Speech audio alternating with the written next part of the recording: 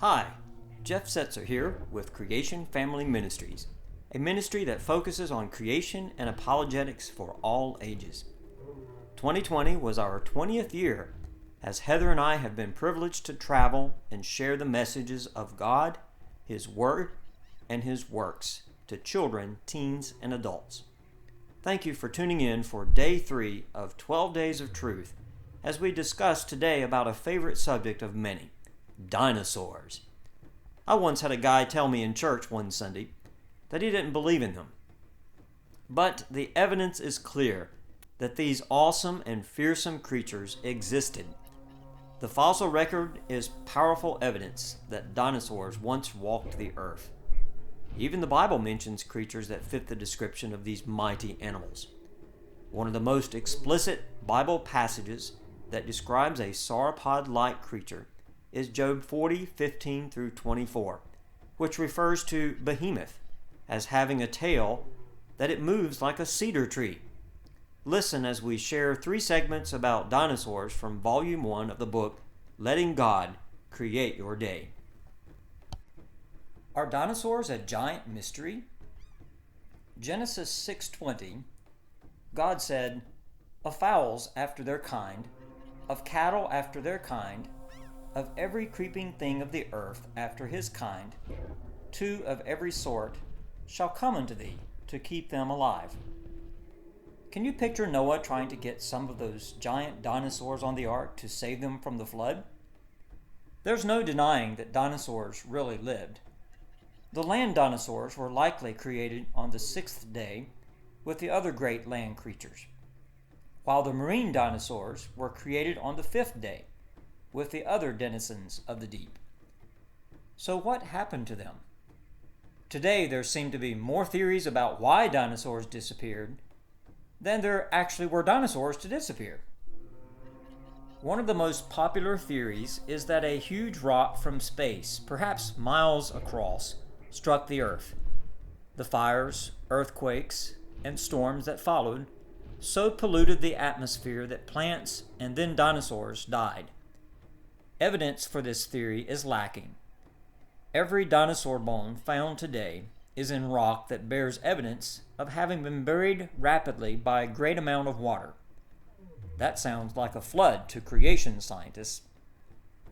The dinosaurs are acknowledged to be a type of reptile and are known to have laid eggs. Many hundreds of fossilized dinosaur eggs have been found. All this means that even the largest of the dinosaurs began life as little fellows. Noah would have had no problem looking after them on the ark. They were likely no larger than the family dog. And how did the dinosaurs become extinct? Probably the same way that the dodo and the carrier pigeon became extinct, at the hand of humans. Because the world's climate after the flood was cooler and wetter, dinosaurs who survived the flood did not prosper, and most, if not all of them, have become extinct. Dinosaurs are yet another monument to the incredible wisdom, power, and diversity of God's wonderful creativity. Was Behemoth a dinosaur? Job 40:15 through 17 states, "Behold now Behemoth, which I made with thee. He eateth grass as an ox. Lo now, his strength is in his loins, and his force is in the navel of his belly. He moveth his tail like a cedar. The sinews of his stones are wrapped together." In Job 40:15 through 24, the Lord points Job to an animal called Behemoth as an example of his great work of creation. Could this be a scriptural mention of a dinosaur?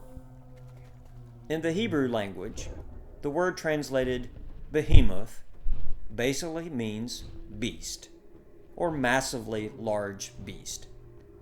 Behemoth, or Behemoth, is mentioned in Genesis 1:24 as well.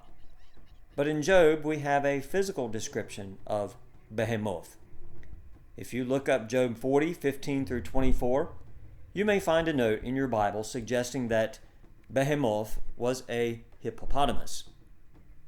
But as you read this section, the description doesn't seem to be that of a hippo. In verse 17 we read, "He moveth his tail like a cedar."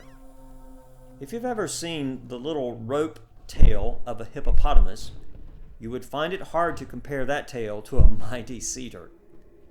Nor does this description fit a rhinoceros. While it is large and heavy, the rhino is no match for a raging river, as verse 23 says behemoth is. This is obviously a description of a large and powerful animal, an animal that seems to be larger and heavier than a hippopotamus. Many creationists have suggested that this huge creature with a tail like a giant cedar might be a giant plant-eating dinosaur like the Brachiosaurus. We do know that humans and dinosaurs existed together. We can't be sure, of course, but perhaps Job was completely familiar with at least one kind of dinosaur. Could Leviathan be a dinosaur? Job 41, verses 1, 6, and 30 states, "Canst thou draw out Leviathan with an hook, or his tongue with a cord which thou lettest down? Shall the companions make a banquet of him? Shall they part him among the merchants? Sharp stones are under him. He spreadeth sharp-pointed things upon the mire." The entire 41st chapter of the book of Job describes a creature called Leviathan. As in his earlier description of Behemoth, the Lord is impressing Job with the wisdom and might of his creative power. And Leviathan is an impressive creature indeed. We are told that he cannot be made to serve humans.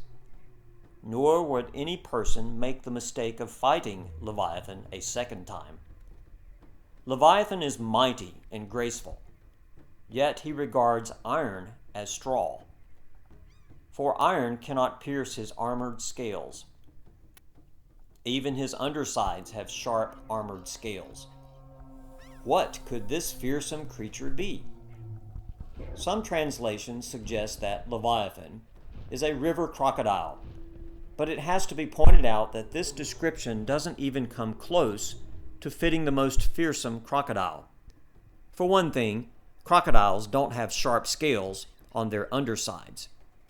Rather, their undersides are soft and easily pierced, even with a knife. And even in Old Testament times, some people made their living killing river crocodiles and making leather of their hides. In many places, river crocodiles nearly became extinct because of hunting. No, say many creationists, this is not a river crocodile, nor does it seem to be any other familiar creature. But it is possible that it could be a water-dwelling dinosaur, perhaps like a Tylosaurus. We can't be sure, of course, but the creature described in Job 41 does fit what we know about these giant reptiles.